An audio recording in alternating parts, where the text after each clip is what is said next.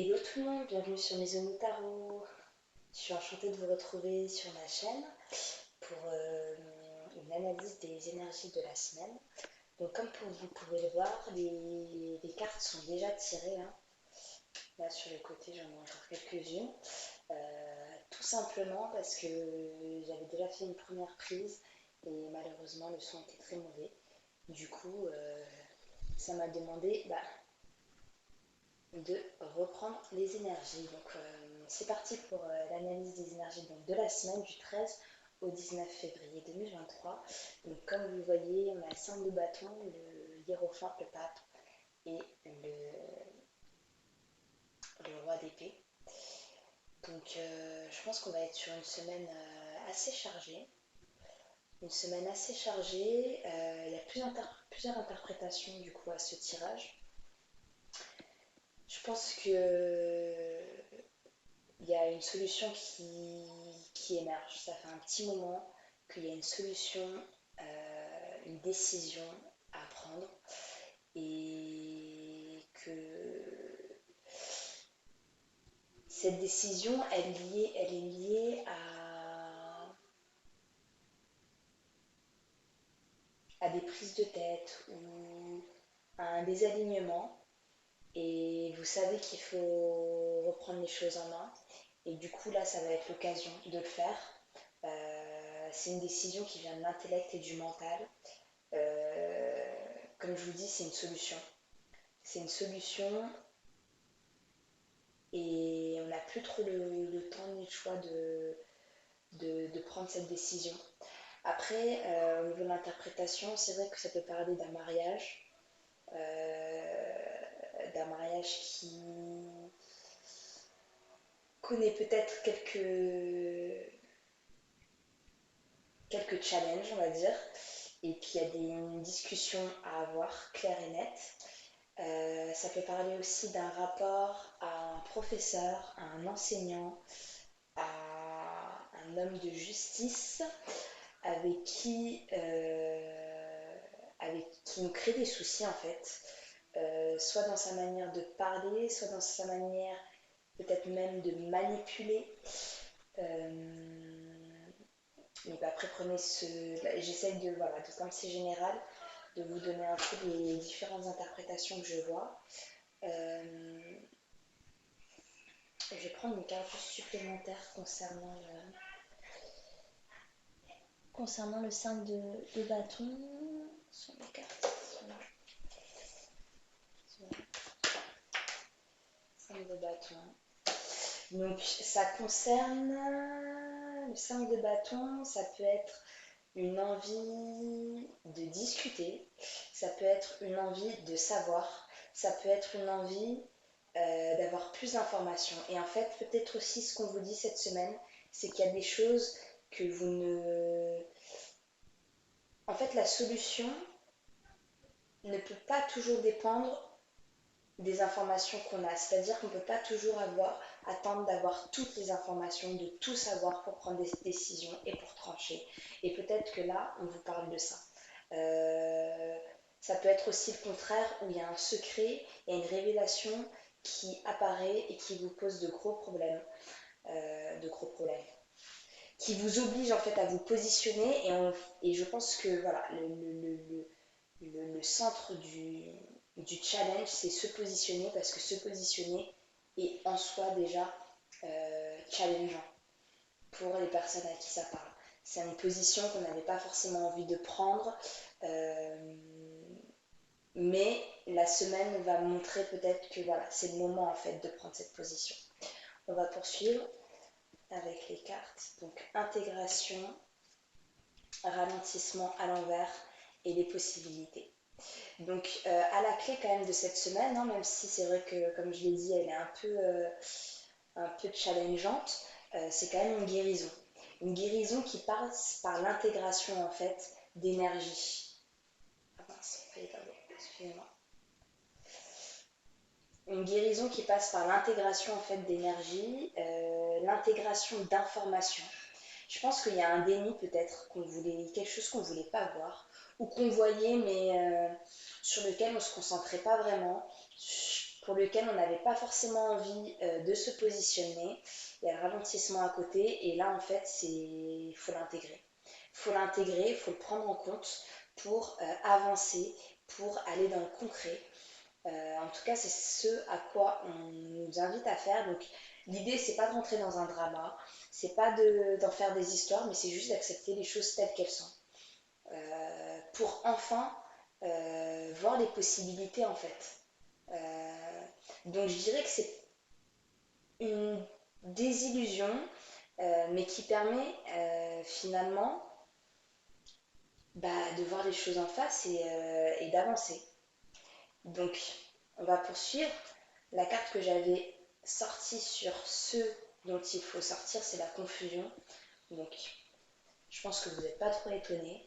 Il y a vraiment un brouillard. Et je vois le brouillard, mais je vois pas seulement ça. Il y a aussi peut-être des idées fantasmagoriques, des illusions, des rêves, mais un peu des marasmes. Voilà, comme dans le brouillard, il faut sortir de ça.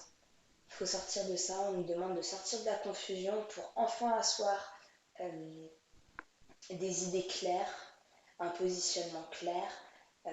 On nous demande de nous réaligner en fait cette semaine. Le temps du ralentissement et le temps de l'introspection, il a été fait. Là, voilà, il faut aller en avant avec ce qui est.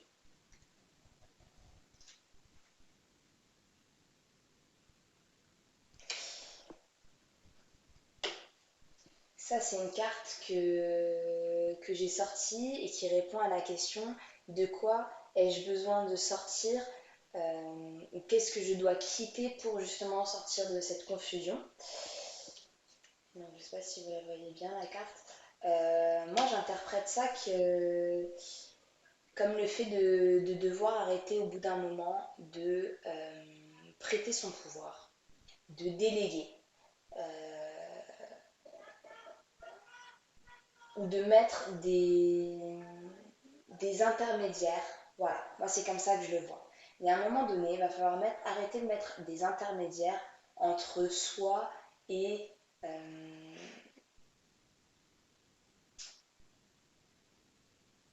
des choix que l'on doit faire, entre soi et une certaine volonté. C'est-à-dire que faut se sentir à la hauteur sans toujours passer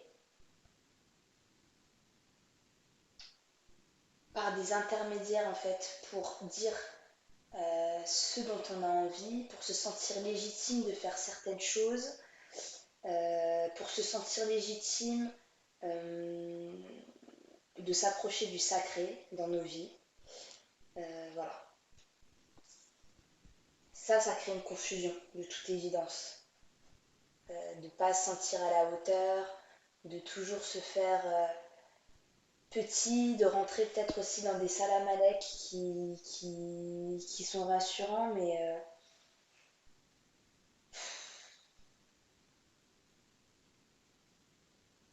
qui dévient en fait l'énergie de là où elle devrait aller.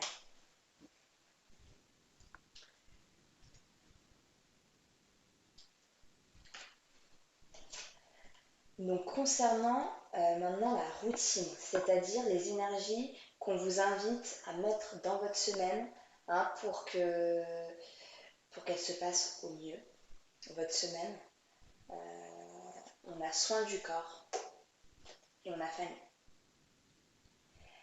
Donc je pense que ce qui peut être important cette semaine, c'est de passer du temps avec ses amis, avec sa famille, prendre du temps pour,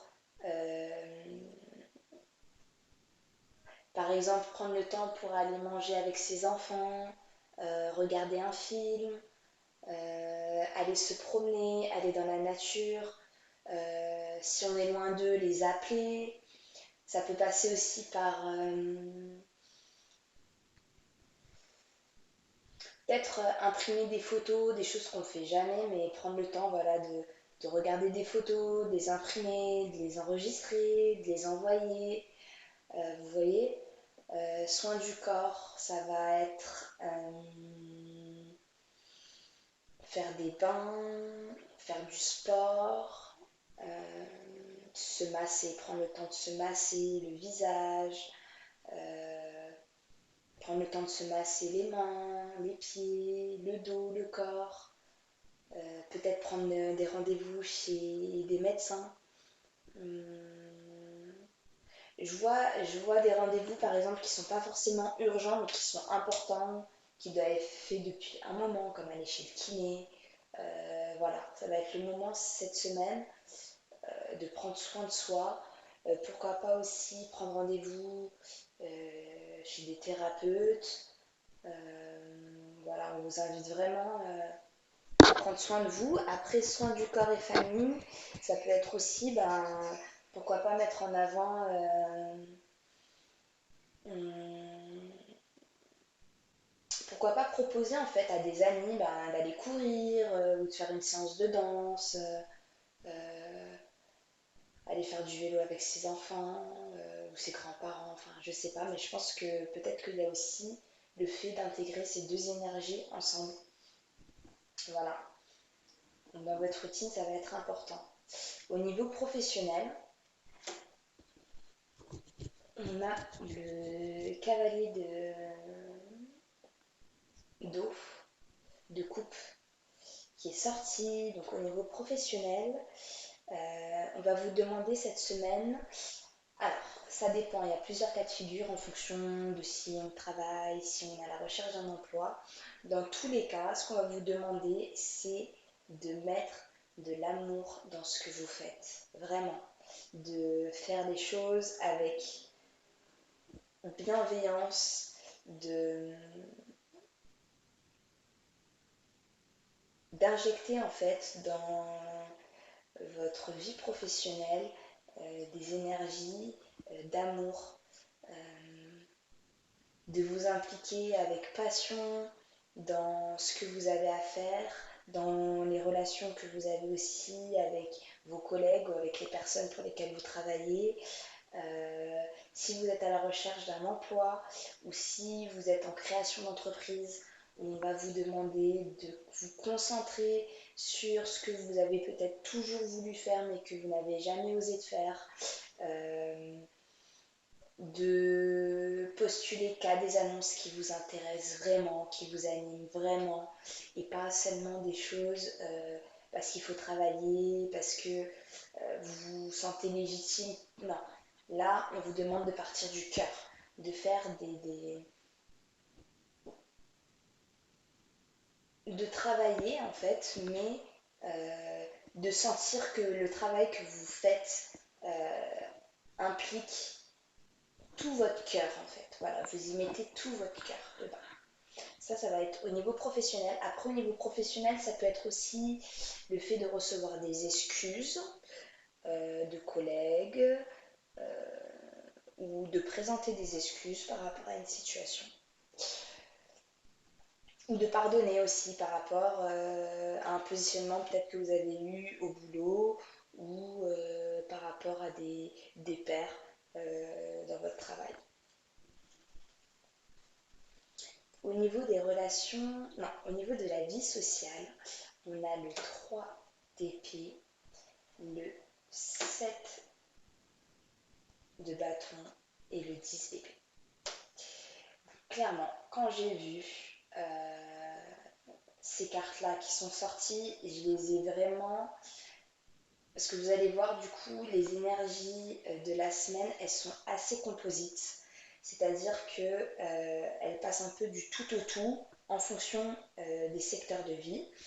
Et là, c'est vrai que quand j'ai vu le 3 d'épée, le 7 de bâton et le 10 d'épée, je l'ai quand même vachement relié au tirage général qu'on avait, où je trouve que c'est quand même des énergies qui sont assez remuantes.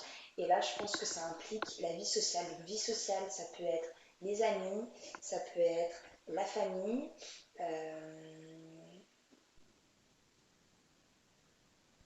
ça peut être les voisins, ça peut être des groupes aussi professionnels, le réseau. Voilà. Donc au niveau au niveau de la vie sociale, je pense que là, ce qu'on vous demande, c'est d'admettre et de sortir du déni. Il y a quelque chose qui vous a fait mal au cœur, ou il y a quelque chose qui ne vous convient pas, pour lequel vous utilisez beaucoup d'énergie, pour lequel vous utilisez beaucoup d'énergie en fait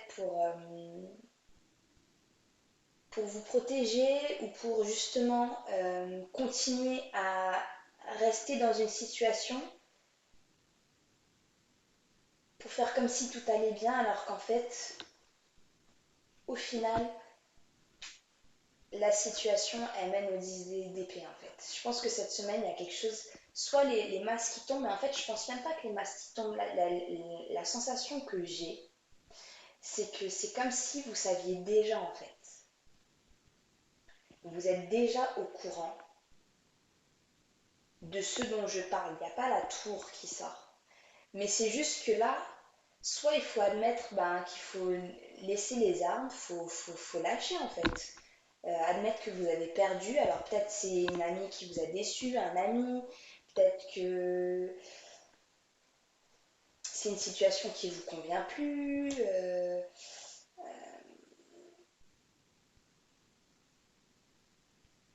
En tout cas, c'est une situation qui vous a fatigué. Et c'est d'autant plus fatigant de vouloir lutter contre. Donc je pense que cette semaine, il va falloir lâcher sur ça. Euh, Tourner la page en fait. Accepter les choses telles qu'elles sont et laisser le chapitre aller jusqu'à la fin.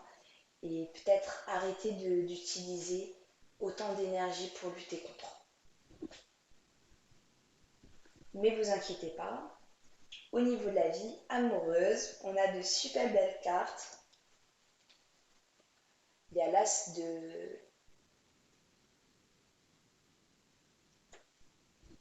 de coupe et l'as de bâton. Donc je pense qu'au niveau des énergies amoureuses, on est sur un renouveau total. Peut-être en lien à la solution dont on parlait tout à l'heure, à l'émergence d'une idée. En fait, je dirais que c'est pas l'émergence d'une idée, mais c'est le fait que enfin l'idée que l'on a, on va la mettre en action. Voilà. Et peut-être que ça crée une nouvelle façon d'aimer. Ça peut être un coup de foudre, ça peut être une nouvelle relation. Si vous êtes en couple, ça peut être un nouveau chapitre dans votre vie amoureuse, une nouvelle façon d'aimer, une nouvelle façon de vous laisser aimer. Euh, c'est quelque chose qui vous apporte beaucoup d'énergie, c'est quelque chose qui vous donne envie de créer, ça peut être aussi l'envie de procréer, de faire un enfant. En tout cas, ça annonce du renouveau, ça annonce la fin et un nouveau chapitre en fait dans votre vie amoureuse, donc profitez-en. C'est pour ça que, comme je vous dis, c'est une semaine qui est quand même assez particulière, mais si... Enfin, il y a de belles choses à la clé en fait, donc ne vous inquiétez pas trop. Voilà.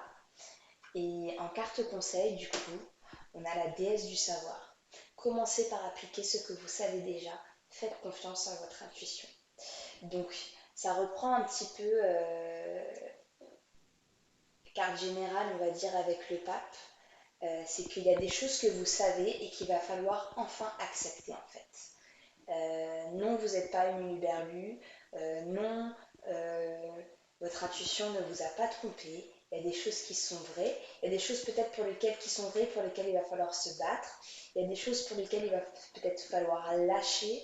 Mais en tout cas, on vous dit que vous savez déjà et que vous n'avez pas besoin de tout savoir. Ce que vous savez déjà, on vous a donné des signes, on vous a donné des informations, vous avez eu les informations dont vous aviez besoin en fait pour vous positionner et agissez avec les informations que vous avez. C'est le conseil, je pense, que l'on vous donne à l'heure actuelle.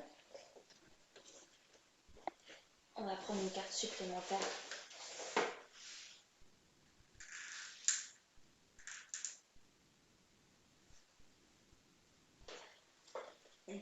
conseil, comme j'ai pas tiré les cartes pendant le...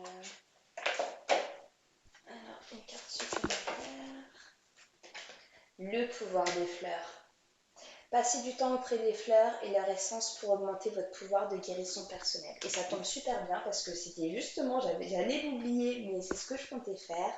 C'est vous prendre une fleur au hasard, des fleurs de bac qui pourraient vous accompagner si ça vous intéresse.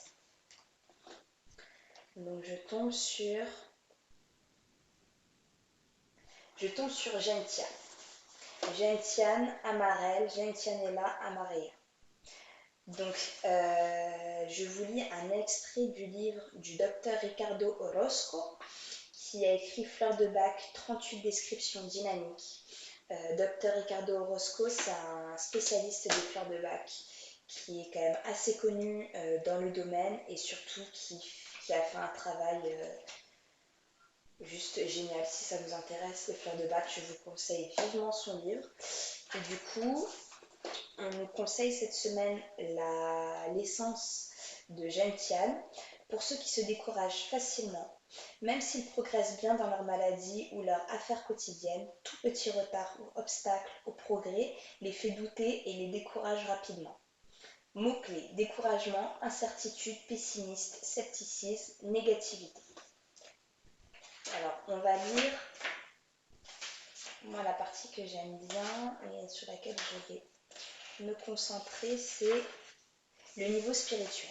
Selon Bach, Gentiane était venue au monde pour corriger le défaut du doute et apprendre la leçon de la compréhension.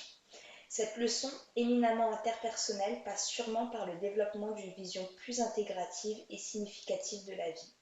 Une perception capable de distinguer entre ce qui est transcendant et ce qui est superflu. Tout au moins le développement d'une vision plus globale et objective des situations. Pour cela, Gentiane devrait comprendre que positif et négatif sont les deux faces d'une même médaille. Chez Gentiane, la majorité des compétences de l'intelligence émotionnelle sont touchées. Une rare conscience de soi s'ajoute à un pessimisme qui évite toute initiative destinée à profiter des choses simples de la vie ou qui, de façon positive, tiennent compte des autres.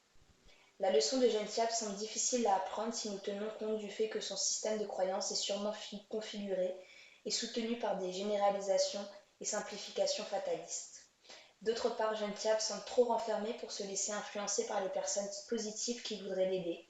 Il est beaucoup trop méfiant et de parti pris. Finalement, son humeur négative et son manque d'empathie le poussent à l'isolement, et réellement qui pourrait évoluer dans cet enfermement douloureux. Donc du coup,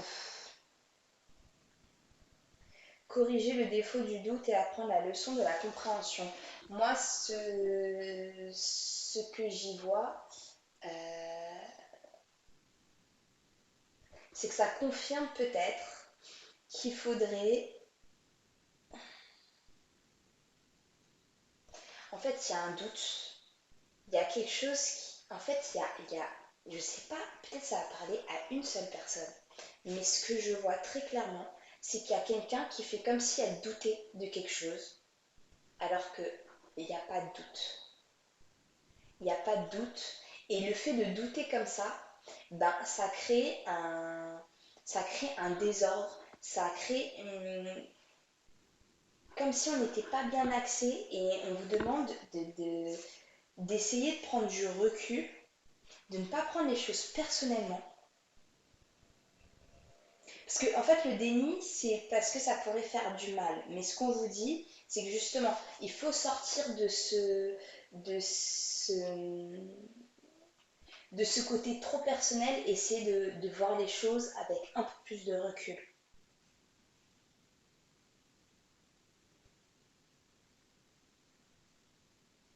Et laissez-vous aider par des personnes qui sont proches de vous. On vous dit que vous n'êtes pas tout seul, qu'il y a des amis ou des personnes de votre famille ou même des guides. Vous n'êtes pas tout seul. Laissez-vous imbiber par des choses qui sont positives. Voilà, donc j'espère que cette vidéo vous aura aidé. J'espère que vous allez passer une très très bonne semaine. En tout cas, je vous le souhaite. N'hésitez pas à vous abonner. Je ferai des chaînes beaucoup plus, des vidéos beaucoup plus régulièrement sur ma chaîne. Et, et mettez un pouce bleu si cette vidéo vous a plu. Voilà, je vous souhaite une bonne soirée. À bientôt, au revoir.